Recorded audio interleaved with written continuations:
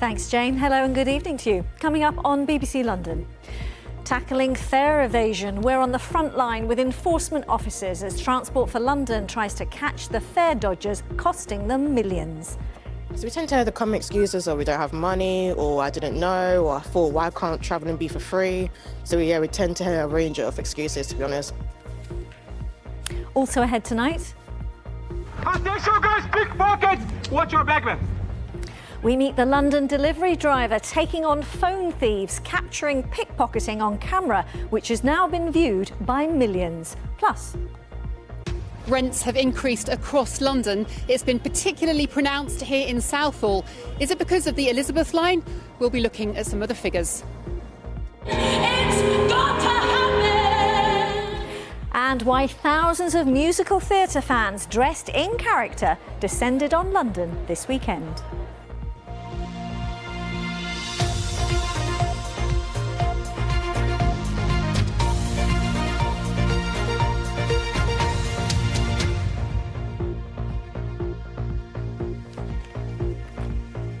A very warm welcome to the programme. We start tonight with fare dodging on London transport, a huge problem that costs TfL nearly £200 million a year, something they want to halve by 2030. They've recruited a new team of officers to try and catch repeat offenders and will be increasing ticket checks on board the tube and trains. Our transport correspondent Tom Edwards has more. On the front line, trying to stop fare evaders at Ealing Broadway, there are plenty getting caught with the wrong or no tickets. This passenger's ticket showed he was travelling on a child fare. When challenged, he objects and eventually runs off. Officers have a hands-off policy, so have to let him go. Others are given fines of £100. This year, these officers have given out £30,000. 9,000 other passengers face prosecution in court. And the officers have heard every type of excuse. So we tend to hear the common excuses, or we don't have money, or I didn't know, or I thought, why can't travelling be for free? So yeah, we tend to hear a range of excuses, to be honest, but we're quite used to it, so we try to explain the reason why everyone should pay for their journey. Number of excuses. One of the main excuses are obviously it's very expensive. We can't afford it, or you can't stop us. Transport should be free, or we don't have money, or I left my Oyster card at home, or I left my bank card at home, and things like that. Yeah. Fare evasion means less money for services and investment, and it's a big problem. It's increased since the opening of the Elizabeth line. Fare evasion costs Transport for London £190 million every year. At the moment, about 3.5% of journeys are not paid for. They're trying to get that down to 1.5% by 2030. Data shows which stations are hotspots. TfL have now also employed a team of investigators to target the most prolific fare evaders.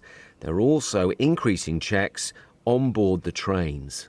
It's not a victimless crime at all. We have customers who pay their fare, legitimately pay their fare, and they will end up having to pay more because we'll be losing more revenue on the network.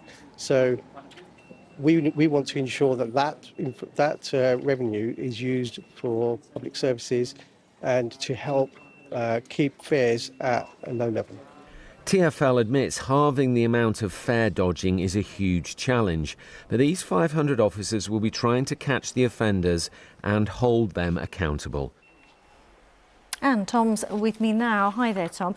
Transport for London sounding really keen here to clamp down on fare evasion.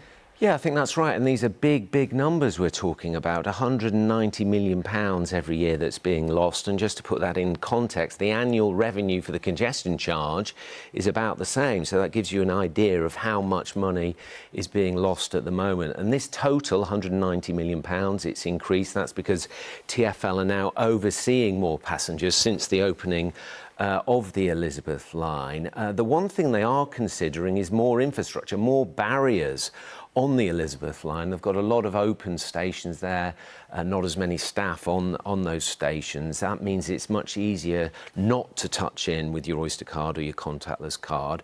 But I think it is going to be very difficult to get that total down from 3.5% by TfL's own admission. And sort of wider context, is this a problem just with Transport for London? No, it's not just Transport for London. I think every transport operator across the world really has the same problem. Today, for example, we will learn that South Western Railway lost £45 million in fare evasion last year. That's actually slightly more than TfL at 3.9%. TfL's rate is 3.5%. That's 1 in 30 journeys that aren't being paid for. Across the rail industry in the UK, it's estimated fare evasion costs nearly £240 million a year, so it's an industry-wide issue. Lost revenue is being missed. That means infrastructure suffers. It also means everyone else who is paying a little bit more. Yeah. Tom, for now, thank you. That's our transport correspondent, Tom Edwards. And you can see more on that story and the efforts to combat fare evasion on London's transport network on the BBC London website. You can see the address there. Thanks for being with us. Plenty more to come this Monday evening, including a renewed warning about buying e-bike conversion kits online after a woman in Surrey lost her home in a fire.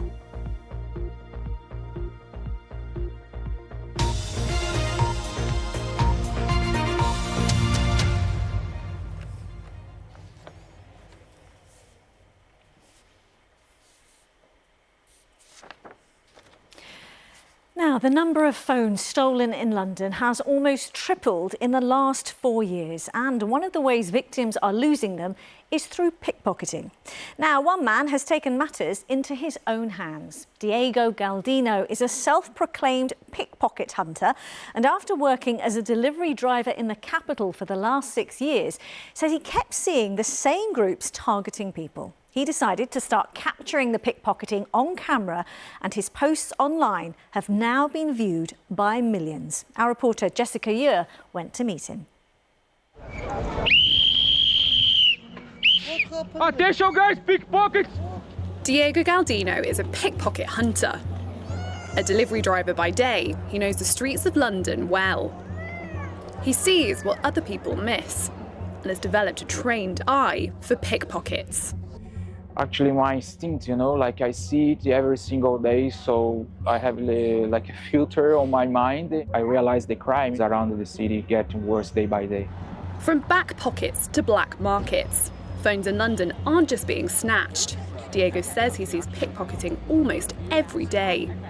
On this particular day, he isn't working alone. They've spotted a potential suspect. He's smoking with the bag from Asda,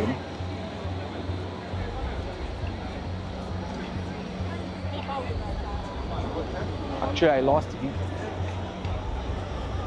He was a guy that we always see around, but we didn't get him in action, so they take the alleys, and they just disappear.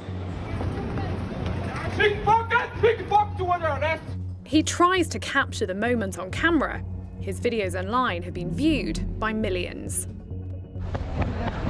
Attention guys, pickpockets! Watch your bag, man. Attention, pickpocket! Pickpocket! Pickpocket! Watch your bag. Why are you here to stealing? Watch out, you guys, pickpockets! Pickpockets! As long as there are pickpockets, Diego says he won't stop putting their faces online. I pray, for give me the opportunity for make the difference in someone's life. But yeah, the community is not feeling safe, that is the problem. Jessica Ure, BBC London. And of course, we're keen to hear from you on this. Anna O'Neill is on phone watch in the BBC London Lounge. Hey, Anna. Hi, Riz. Indeed, I am. And after watching that, it'll come as no surprise, I imagine, that most of the mobile phone thefts in the UK happen here in London. And on that note, if you've got a mobile phone, get it ready, because I'm going to be giving you a QR code in just a moment to get in touch with us. But first, let's hear from Christian D'Ippolito, who had his mobile phone snatched here in London, and he shared his story with us. 4 guys were hanging outside a car. We engaged in some small talk. I was distracted intentionally, and one of the 4 reached out, snatched my phone and ran off. And the phone, when they took it, was unlocked. Everything was compromised, from PayPal to the digital wallet, business bank accounts, loans were attempted in my name, different lines of credit, contactless transactions, Uber Eats. It's quite incredible, actually, to see how, when given the opportunity, you know, individuals can literally clear you out for everything you have. Unfortunately, a lot of people, I think, watching that will relate to this story. And if that's you, if you've had your mobile phone snatched or stolen, or you know somebody who has, then we want to hear from you. You can get in touch with us by scanning the QR code here to send us a WhatsApp message, or you can email us. There's the email address, hellobbclondon@bbc.co.uk, and we'll aim to share some of your experiences in tomorrow night's 6:30 news alongside that investigation by Jess Yore. It's not all bad news, though. Let's end on a positive note. Theft in general as a crime is down. We've just had this in from the Metropolitan Police in the last hour, a statement in response to this story. They said this: tackling theft remains a priority for the Met, and the number of offences in London is down more than 16% so far this year. We urge Londoners and tourists to stay alert in crowded spaces and report suspicious activity. Back to you, Riz. OK, Anna, thanks very much. Yeah, just to echo what Anna said, they're really keen to hear from you. The email address, I know you've seen the QR code, is hellobbclondon@bbc.co.uk. A quick look now at some of the day's other news. Relatives of a man who died after a stabbing in Catford have paid tribute to a devoted father and a pillar of kindness. Sanchini Thompson, who was 27 and had a 4-year-old daughter, was attacked in Rushy Green last week. No one has been arrested, and detectives say they're keeping an open mind about the motive. Nearly 6,500 civilian staff at the Metropolitan Police are going on strike on bonfire night in a dispute over pay. Those walking out include 999 call handlers, detention officers and police community support officers. Their union says civilian staff should receive the same London allowance as police officers. The Met says pay and allowances reflect the differences in roles, responsibilities and expectations. More than £60,000 worth of illegal vapes and tobacco products have been seized Essex Police Force over 2 weeks. More than 98,000 cigarettes, 3,000 vapes and £6,000 in cash was found. It was part of an operation to target cash-based money laundering and illegal trade. And you can, of course, find more stories and the latest updates on your local BBC News website and on the BBC News app. Now, people are being warned to think twice about buying e-bike conversion kits online after a woman in Surrey lost her home in a fire. She'd only just moved in with her 2 teenage sons when the e-battery exploded and caught fire, and is now urging people to buy batteries from regulated sources. Jadzia Samuel reports. It was a new start, fresh start, just finished decorating and doing everything that I really wanted to do to it. I've lost everything. And I mean everything. This is all that's left of Emma Will's home. Charred and blackened devastation. She moved here last August with her 3 sons. In just one night, a fire caused by a faulty battery from an e-bike destroyed everything. I'd gone down to see my dad, who lives in Cornwall, and I'd only been away for one night, and believe me, I've never left my sons before, so it was the first night. And they came back from college, plugged the battery in, went into their room. Literally 15, 20 minutes later, they heard a pop, pop, bang. As they opened the door, the flames just came flying out, and they realised that the battery had exploded. The battery was part of a conversion kit, something used to transform an ordinary push bike into an electric bike. But it had been bought online from an unregulated seller. I was so angry, more to the point because then as we looked into it, we found that it had happened previously. And luckily, I've worked with the fire service and they've gone to trading standards and it now has been removed from the marketplace, but they're still selling it. It's not the only battery company out there. There are so many. Emma is now backing a campaign calling for the government to regulate online sellers more. You know, they are really dangerous. We've seen kits that, you know, don't meet safety standards. They include substandard components. They're not complete. And quite often, these kits are not even road legal. A spokesperson for the Department for Business and Trading said they are raising awareness of the dangers of lithium-ion batteries and updating product safety laws to stop unsafe products from reaching consumers. For Emma's family, it's too late. She says her sons are traumatised, but she hopes her story can help to warn others to prevent more devastation. It's hard, but you've got to stay positive. Try not to cry too much. Still to come before 7.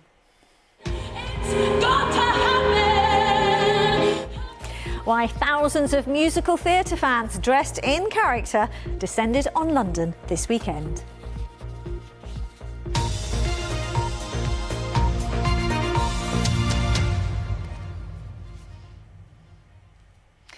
Before that, though, it's become the UK's busiest railway line. The Elizabeth line opened in London 3 years ago, and great for commuters.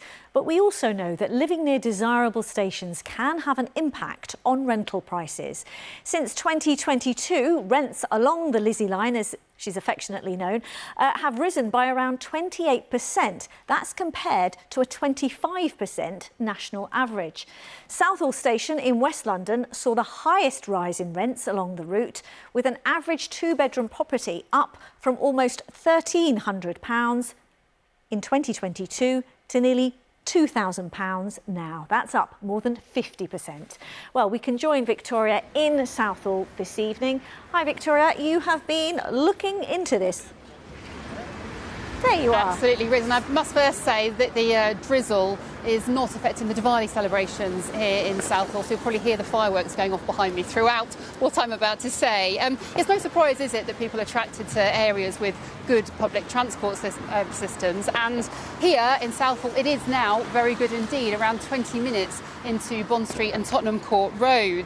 The borough where we are, Ealing, that has 5 Crossrail stations in it, 5 Elizabeth line stations in it, and rents across the borough have increased by around 30%. That's 5% higher than average across London. Southall is even higher, almost eye-watering for the people trying to rent here. 53% they've gone up over the last 3 years. So in 2022 you would have been paying £1,288, now £1,970.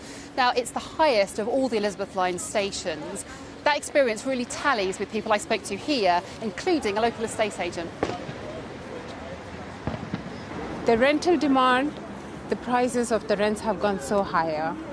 So you don't think it's likely to change, to go down anytime soon? I don't think so. It's going to go lower now. It's going to go much higher. Yes, when I first came here, it used to be around 1.5, 1.7. So now it's straight to 1.9. And there's How does that affect you?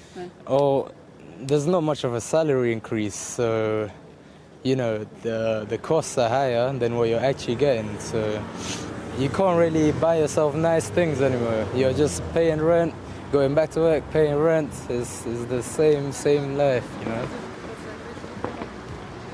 Now, one think tank says that the Elizabeth line has changed where the boundaries of the city are, essentially unlocking areas that people wouldn't previously have considered. And it's had an impact further afield as well. For example, Slough, rents have increased by around a third now.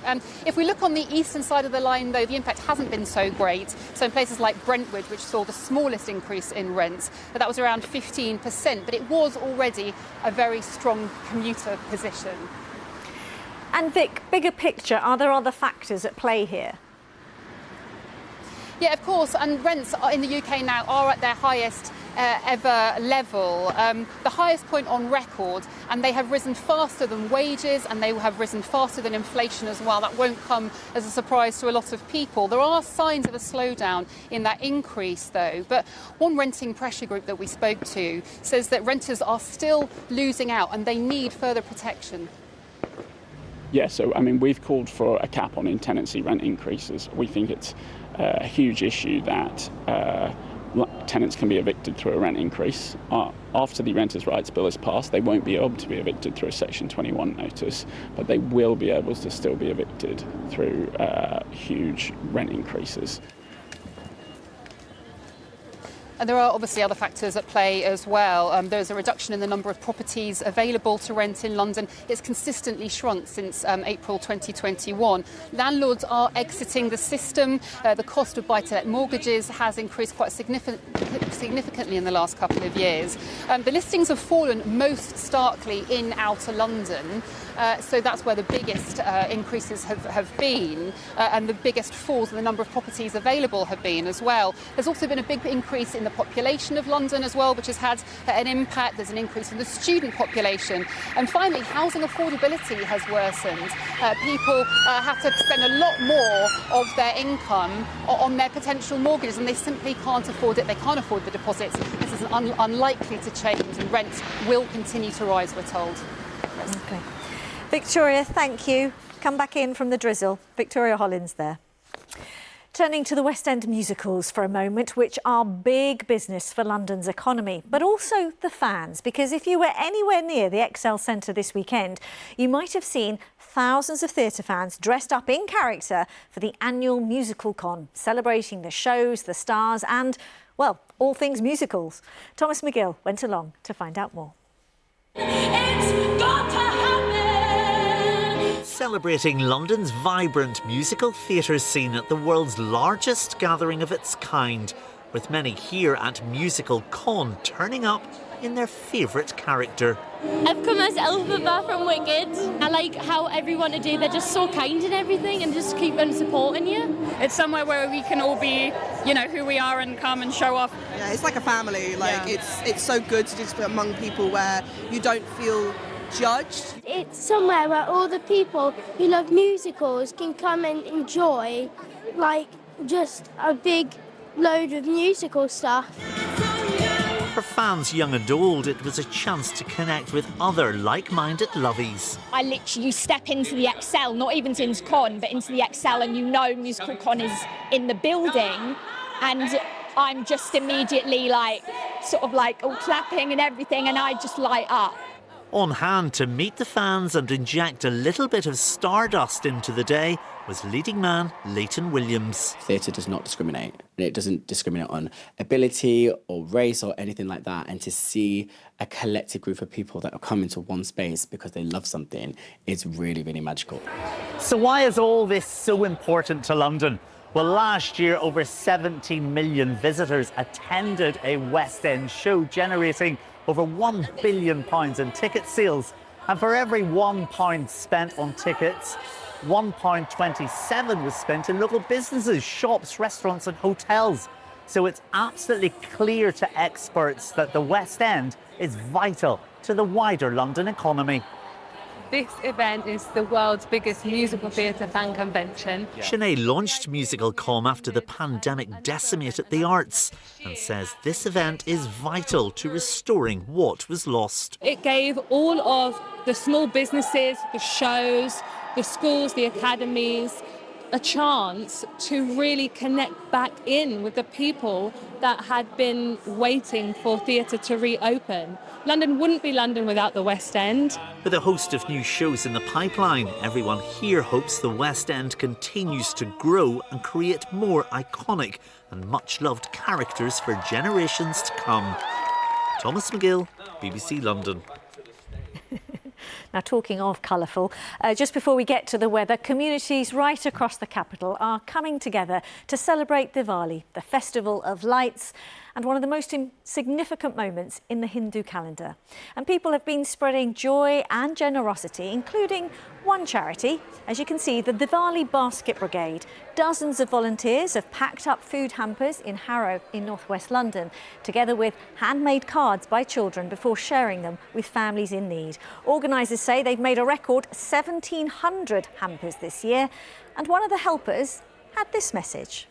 Really great initiative. Thank you to everyone at Diwali Basket Brigade, and just wishing everybody a happy Diwali and happy New Year as well.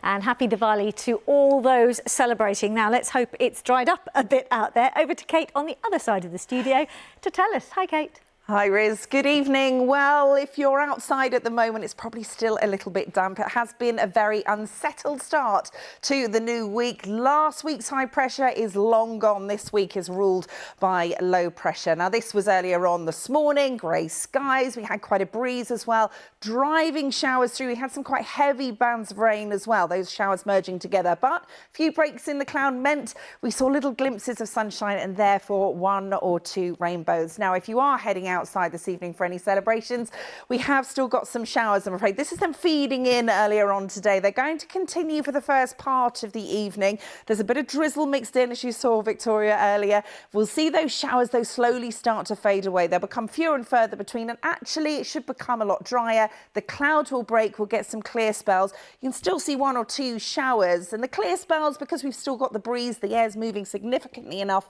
for us not to see too much mist and fog. 10 to 12 Celsius, the minimum, it is going to be quite mild.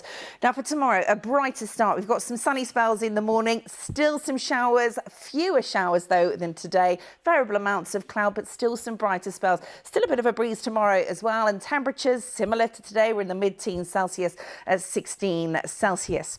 Now, as we head further through the week, see the low pressure to the north, but to the south, it's this front on Wednesday, which is going to slowly move towards us. And it's looking likely at the moment we'll see that cloud increasing. We've still got some sunshine first thing on Wednesday, or at least a little bit. But that cloud will increase, and then a few showers arriving towards the end of the day. Similar temperatures, though, as we've had the previous couple of days, between 12 and 15 Celsius. Now, for Thursday, this doesn't look very pleasant. We have got quite a bit of rain at the moment. There's some uncertainty around it, but we're looking likely to see some heavy rain, and the flow just starts to change as well. So the temperature is going to drop. It's coming from the north. We're looking at temperatures just 10 to 12 Celsius. We've been getting those overnight. That is going to be during the day. Now, as we head through Friday, we've still got some sunny spells, a couple of fronts moving through, but this is the weekend. Once they clear, the low pressure starts to drift, and that invites this colder air to come down from the north. So actually, we really are going to notice a bit of a temperature drop, especially as we head towards the end of the week and into the weekend. Yes, we see the return of some brighter weather with a few sunny spells around through the weekend, but look, 10 Celsius and nighttime temperatures are also going to get quite chilly as well. Riz. Gosh, well, a little bit better after all that rain last night. I could hear it on the windows. Thanks very much, of course, Kate. And staying with the weather for just a moment, if you want to meet one of the weather watchers who send in their pics to be shared on local or national forecasts, check out our website to find out who the prolific Ruthie Babes is. Yes, worth a watch. That's where we leave you this Monday. You can, of course, see more on the day stories there too, and on our Facebook and our Instagram. From me and everyone on the BBC London team, thanks very much for watching. And whatever you're doing, enjoy your evening. Bye-bye.